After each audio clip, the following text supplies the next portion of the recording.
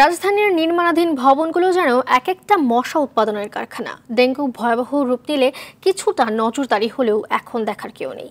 মাঝে মধ্যে ওষুধ ছিটানো হলেও তা কাজে আসে না। বিশেষজ্ঞরা বলছেন, মশক নিধনে বৈজ্ঞানিক পদ্ধতি প্রয়োগের ঘাটতি আর সক্ষমতার অভাবে দুই যুগেও দেশে এডিস মশা নিয়ন্ত্রণ সম্ভব হয়নি। রফিকুল ইসলামের ধারাবাহিকের আজ তৃতীয় পর্ব।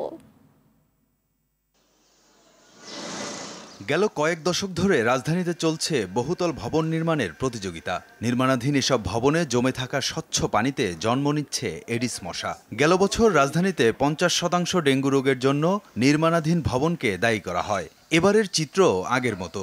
ডেঙ্গু মোকাবেলায় নেওয়া হয়নি আগাম কোনো ব্যবস্থা। রাজধানীতে এরকম নির্মাণাধীন ভবনের সংখ্যা কয়েক হাজার। আর এসব নির্মাণাধীন ভবনের এই হাউসগুলো থেকেই প্রতি বছর জন্ম নেয় লক্ষ লক্ষ এডিস মশা। ভবন মালিকদের অসচেতনতার পাশাপাশি সিটি কর্পোরেশনের উদাসীনতাকে দায়ী করছেন নগরবাসী। এমনি আসে যায় কোনো ওষুধ এগুলো দেওয়ার তা কোনো কর্তব্য না। যেটা জায়গার মশা উৎপাদন এই জায়গায় ওষুধ দেয় না, আর ওষুধ দেয় ঠিকই, ওষুধের জায়গায় দেয় হলো কেরাসিন। কিছুদিন আগে আমার বউ বাচ্চা সবারই ডেঙ্গু হয়েছে। ওষুধ হালকা পাতলা দেয়, কিন্তু এরকম ভালো ওষুধ দেয় না। নগরবাসীর অভিযোগ, মাঝে মধ্যে মশার ওষুধ প্রয়োগ করা হলেও তা কাজে আসছে না। কীটতত্ত্ববিদ অধ্যাপক ডক্টর গোলাম সারোয়ার বলছেন, সঠিক পদ্ধতিতে ওষুধ প্রয়োগ না করায় মশা মরছে না।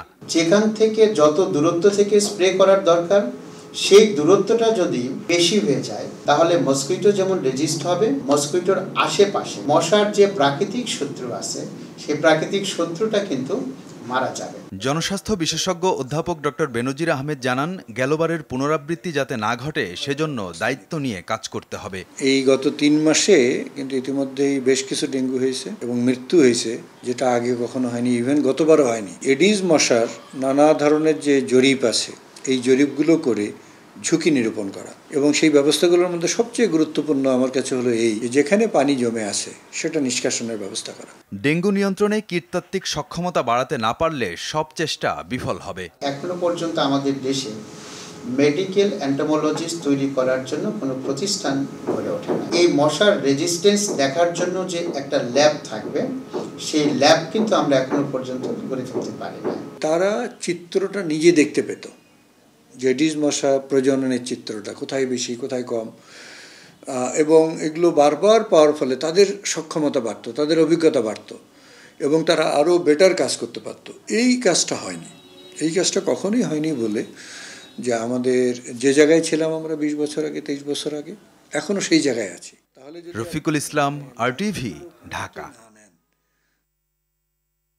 ঐতিহাসিক মুজিবনগর দিবস আজ বাঙালির মুক্তি সংগ্রামের এক অবিস্মরণীয় দিন। 1971 সালে মুক্তিযুদ্ধ চলাকালে এদিন মেহেরপুরের বৈদ্যনাথ তলায় আমবাগানের শপথ নেয় স্বাধীন বাংলাদেশের প্রথম সরকার, যা ছিল মুক্তিযুদ্ধের অন্যতম প্রতীক। মুজিবনগর সরকারের সফল নেতৃত্বে 9 মাসের সশস্ত্র মুক্তিযুদ্ধের মাধ্যমে স্বাধীনতার স্বাদ পায় বাঙালি। পরবর্তীতে কূটনৈতিক তৎপরতায় আদায় হয় বিশ্ব জনমত ও স্বাধীন রাষ্ট্রের স্বীকৃতি।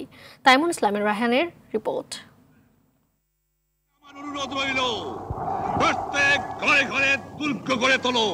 বঙ্গবন্ধুর 7 মার্চের ভাষণের পরেই শুরু হয় স্বাধীনতা সংগ্রাম। প্রস্তুত হয়ে যায় মুক্তিপাগল 7.5 কোটি বাঙালি।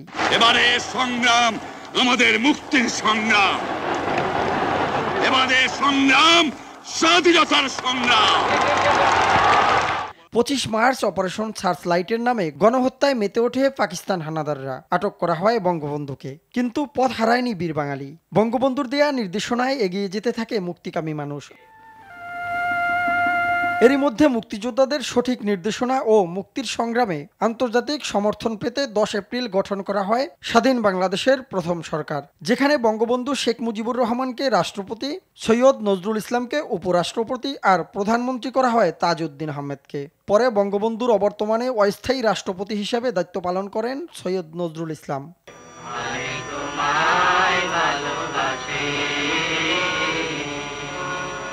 এছাড়াও ক্যাপ্টেন মনসুর আলীকে অর্থ এবং HM কামারুজ্জামানকে স্বরাষ্ট্রমন্ত্রী করা হয়। সেনাপ্রধান হিসাবে কর্নেল আতাউল গনি ওসমানকে নিয়োগ দেয় মুজিবনগর সরকার। 17 এপ্রিল সংসদ সদস্য, সাংবাদিক ও প্রশাসনের কর্মকর্তা সহ সর্বস্তরের মানুষের উপস্থিতিতে মেহেরপুরের তৎকালীন বৈদ্যনাথ তলা, বর্তমান মুজিবনগর উপজেলায় অনুষ্ঠিত হয় সরকারের শপথ অনুষ্ঠান। বঙ্গবন্ধুর দেখানো পথে এগিয়ে চলে মুজিবনগর সরকার। স্বল্প সময়ে গঠিত হলেও সফল কর্মতৎপরতার মাধ্যমে তারা ছিনিয়ে আনতে সক্ষম হয় দেশ ও জাতির স্বাধীনতা। 16ই ডিসেম্বর লাল সবুজের বিজয় নিশানের মধ্য দিয়ে বিশ্ব মানচিত্রে জায়গা করে নেয় স্বাধীন সার্বভৌম বাংলাদেশ। তাইমুন ইসলাম রায়হান, RTV, ঢাকা। ঐতিহাসিক মুজিবনগর দিবস উপলক্ষে ধানমন্ডি 32 নম্বরে জাতির পিতা বঙ্গবন্ধু শেখ মুজিবুর রহমানের প্রতিকৃতিতে শ্রদ্ধা নিবেদন করেছেন প্রধানমন্ত্রী শেখ হাসিনা। এ সময় আওয়ামী লীগের সাধারণ সম্পাদক ওবায়দুল কাদের বলেন, বিজয়কে সুসংহত করার পথে অন্তরায় বিএনপি, তাদের মতো অপশক্তিকে প্রতিহত করতে হবে। আতিকা রহমানের রিপোর্ট। ঐতিহাসিক মুজিবনগর দিবস উপলক্ষে সকাল 7টায় ধানমন্ডি 32 নম্বরে বঙ্গবন্ধু স্মৃতি জাদুঘরের সামনে জাতির পিতা বঙ্গবন্ধু শেখ মুজিবুর রহমানের প্রতিকৃতিতে শ্রদ্ধা নিবেদন করেছেন প্রধানমন্ত্রী শেখ হাসিনা। পুষ্পস্তবক অর্পণের পর প্রধানমন্ত্রী স্বাধীনতা স্থপতি বঙ্গবন্ধু স্মৃতির প্রতি গভীর শ্রদ্ধা জানিয়ে কিছুক্ষণ নীরবে দাঁড়িয়ে থাকেন। এরপর মন্ত্রিপরিষদ সদস্য ও আওয়ামী লীগের সিনিয়র নেতাদের নিয়ে দলের সভাপতি শেখ হাসিনা শ্রদ্ধা নিবেদন করেন। এ সময় সাধারণ সম্পাদক ওবায়দুল কাদের বলেন, অগণতান্ত্রিক ও সাম্প্রদায়িক শক্তি বিএনপি বাংলাদেশের উন্নয়ন ও সমৃদ্ধির অন্যতম বাধা। বিএনপি সহ স্বাধীনতা বিরোধী সন্ত্রাসী শক্তি, অপশক্তিকে যারা আমাদের বিজয়কে সংহত করার পথে প্রতিবন্ধক, এদের আমরা পরাজিত করব, প্রতিহত করব এবং আমাদের লড়াইকে আমরা এগিয়ে নিয়ে যাব। এরপর যুবলীগ, ছাত্রলীগ, স্বেচ্ছাসেবক লীগ, মহিলা আওয়ামী লীগ সহ আওয়ামী লীগের সহযোগী ও ভাতৃপ্রতিম সংগঠন এবং বিভিন্ন সামাজিক সাংস্কৃতিক সংগঠনের নেতাকর্মীরা বঙ্গবন্ধুর প্রতিকৃতিতে শ্রদ্ধা জানান। এ সময় স্মার্ট বাংলাদেশ গড়ার প্রত্যয় ব্যক্ত করেন নেতারা। আতিকা রহমান, RTV, ঢাকা। জাতীয় পতাকা উত্তোলনের মধ্য দিয়ে মেহেরপুরের ঐতিহাসিক মুজিবনগর দিবস পালিত হচ্ছে। সকালে মুজিবনগর স্মৃতিসৌধের সামনে জাতীয় পতাকা উত্তোলন করে দিবসের সূচনা করেন উপজেলা নির্বাহী কর্মকর্তা খায়রুল ইসলাম ও মুজিবনগর থানার ভারপ্রাপ্ত কর্মকর্তা উজ্জ্বল কুমার দত্ত। এ সময় মুজিবনগর স্মৃতিসৌধে পুষ্পার্ঘ্য অর্পণ করে শহীদদের প্রতি শ্রদ্ধা নিবেদন করেন মুক্তিযুদ্ধ বিষয়ক মন্ত্রী আকা মোজাম্মেল হক, জনপ্রশাসন মন্ত্রী ফরহাদ হোসেন। পরে কুচকাওয়াজ, জাতীয় পতাকা উত্তোলন সহ নানা কর্মসূচির আয়োজন করা হয়। এছাড়া জনসভার আয়োজন করা হয়েছে শেখ হাসিনা মঞ্চে। এতে সভাপতিত্ব করবেন কেন্দ্রীয় আওয়ামী লীগের যুগ্ম সাধারণ সম্পাদক আফাম বাহাউদ্দিন নাসিম।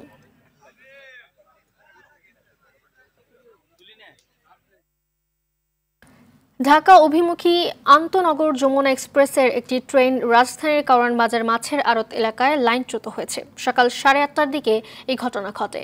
এই মুহূর্তে ঘটনাস্থলে আছেন সহকর্মী বিল্লাল হোসেন, সরাসরি যুক্ত হচ্ছেন তিনি। বিল্লাল, ঠিক কি কারণে ট্রেনটি লাইনচ্যুত হয়েছে এবং এই ঘটনায় কোনো হতাহতের খবর আছে কিনা জানাবেন আমাদের বিস্তারিত। মালিহা, আসলে আপনাকে বলে রাখি যে আন্তনগর যে যমুনা এক্সপ্রেস যে এই ট্রেনটি, এটি বেলা 8:10 এই যে কমলাপুর স্টেশনে যাওয়ার পথে কিন্তু সেটি এখানে কিছু লাইনচ্যুত হয়েছে। আপনাকে বলে রাখি এটি কিন্তু সেই যমুনা এক্সপ্রেস ট্রেন, আপনাকে সেটি লাঞ্ছিত হয়েছে যে আমাদের তেজগাঁও যে মাছের আড়ত রয়েছে সেখানটির সামনে। তাহলে আমরা এখানকার কর্মকর্তাদের সাথে যেটি কথা বলে জানার চেষ্টা করছি, এখন পর্যন্ত আসলে একটি বগি লাঞ্ছিত হয়েছে, যা এখন পর্যন্ত কোনো হতাহতের ঘটনা ঘটেনি। আমরা জানি যে এই ঘটনার পর থেকেই কিন্তু সাধারণত ট্রেন যখন কোনো জায়গায় লাঞ্ছিত হয় তখন কিন্তু যোগাযোগ বিচ্ছিন্ন হয়ে যায়। যেহেতু এখানে আরেকটি সিঙ্গেল লাইন আছে, ওই সিঙ্গেল লাইনে কিন্তু ঢাকার সাথে যে অন্যান্য বিভাগের যে ট্রেন চলাচল সেটি কিন্তু স্বাভাবিক রয়েছে। পাশাপাশি এই ট্রেনটি কিন্তু এখানে তারা যারা কর্মকর্তা রয়েছেন তারা সেটি দ্রুত এখানে সেটি সমস্যাটি সমাধান করার চেষ্টা চলছে। আমি যদি একটু দর্শকদের দেখে রাখি যে এই যে তারা কিন্তু একটি বগি লাঞ্ছিত হয়েছে সেটি কিন্তু তারা তুলছেন। আমরা প্রাথমিকভাবে যেটি জানার চেষ্টা করেছিলাম, তারা ঠিক বলছিল যে লাইনের কোনো কারণ একটি চাকার যে রিং সেটি হচ্ছে ভেঙে গেছে, সেটি এখানে পড়ে গেছে। আমরা যদি রিংটি দেখানোর চেষ্টা করি যে বাম পাশের যে একটি চাকা রয়েছে সেটি রিংটি কিন্তু আসলে নাট অনেক বলা যায় যে বগিটি অনেক পুরাতন, সেই নাটটি কিন্তু আসলে ভেঙে যাওয়ার ফলেই কিন্তু চাকাটি এখান থেকে সরে যায়। আমরা একজনের সাথে একটু কথা বলবো, আসলে এখানে কি ধরনের ক্ষতি হয়েছিল মূলত? এটা আমি বলতে পারবো না, তো আমার স্যার আছে, স্যারের জিজ্ঞাসা করেন। এই ট্রেনটি এখানে কখন লাঞ্ছিত হয়? আমি বলতে পারবো না, ওই যে ওই ওনার। আমরা এখন ঊর্ধ্বতন কর্মকর্তার সাথে একটু কথা বলবো, তাদের সাথে আমরা জানার চেষ্টা করবো এই ট্রেনটি এই জায়গায় কখন লাঞ্ছিত হয়, কি কারণে হয়েছে। ওটা ওই যে মেকানিক্যাল। আসলে মালিহা আপনাকে বলে রাখি যে আসলে এই যখন এই বিষয়গুলো নিয়ে কিন্তু কি সমস্যার কারণে ট্রেনগুলো লাঞ্ছিত হয় অথবা কি সমস্যা, এটি কিন্তু একজন কর্মকর্তা কিন্তু আরেকজন কর্মকর্তার উপর সেটি কিন্তু দিয়ে দেন। বিষয়গুলো নিয়ে কেউ সাধারণত কথা বলতে চান না, বিশেষ করে গণমাধ্যমকে সবসময় এরা সমস্যাগুলো নিয়ে এড়িয়ে চলেন। তো আমরা এখন পর্যন্ত বলা যায় কোনো হতাহতের ঘটনা নেই, খুব দ্রুতই সমস্যাটি সমাধান করে ট্রেন যে চলাচল সেটি স্বাভাবিক করার চেষ্টা করছে রেলওয়ে কর্তৃপক্ষ। তো এই ছিল রাজধানী তেজগাঁও থেকে আমার কাছে সর্বশেষ। মালিহা, ধন্যবাদ আপনাকে। সয়াবিন তেলের দাম লিটারে 10 টাকা বাড়ালো Bangladesh vegetable oil refiners and Vanaspati manufacturers association. গতকাল সংগঠনটির থেকে পাঠানো বিজ্ঞপ্তিতে বলা হয়, ভোজ্য তেলের কাঁচামাল আমদানি উৎপাদন পর্যায়ে গত 7 ফেব্রুয়ারি জারি করা বিজ্ঞপ্তির মেয়াদ গত 15 এপ্রিল শেষ হয়েছে। এ কারণে 16 এপ্রিল থেকে বাজারে ভোজ্য তেল ভ্যাট অব্যাহতি ছাড়াই আগের দামে সরবরাহ করা হবে। গতকাল থেকে প্রতি লিটার বোতলজাত সয়াবিন তেল 173 টাকায় বিক্রি কার্যকর হওয়ার কথা। এছাড়া বোতলজাত 5 লিটার সয়াবিন তেল বিক্রি হবে 845 টাকায়।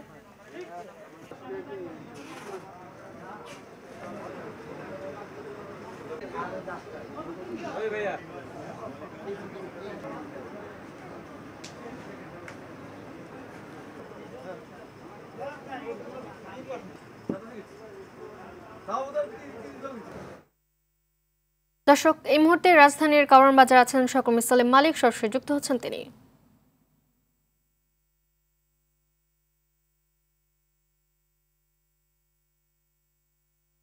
সালিম, শুনতে পাচ্ছেন নিশ্চয়ই আমাদের? সালিম, ভোজ্য তেলের দাম বাড়ায় ক্রেতা বিক্রেতারা কি বলছেন, আর অন্যান্য নিত্যপণ্যের দামের কি অবস্থা দেখতে পাচ্ছেন, জানাবেন আমাদের বিস্তারিত।